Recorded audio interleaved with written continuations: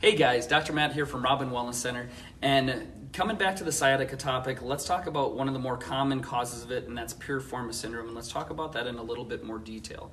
Now, as mentioned before, that piriformis muscle stretches from the butt bone right in here, the sacrum, and attaches out onto the hip, and is an external rotator of the hip.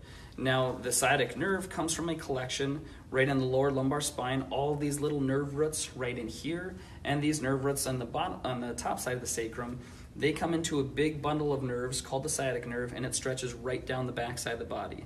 Now, that sciatic nerve dies right beneath that piriformis muscle, and an unlucky 10% of people, that sciatic nerve will actually go right through the middle of the piriformis muscle. So if you have any tightness in that muscle, it will essentially choke that sciatic nerve. Now, in that unlucky 10% of people, if there's any tightness on it whatsoever, it will start pinching and creating that radiating or that sharp pain that's coming down.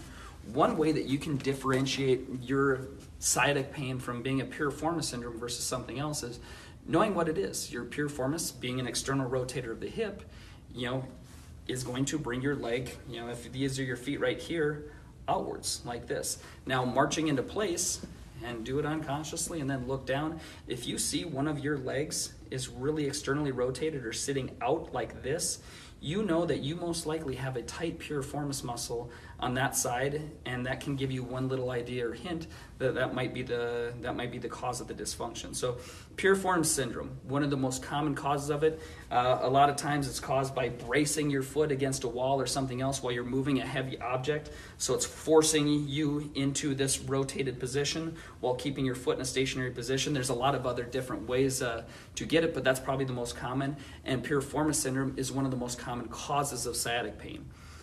That's a big thing to know so that you can absolutely treat it appropriately.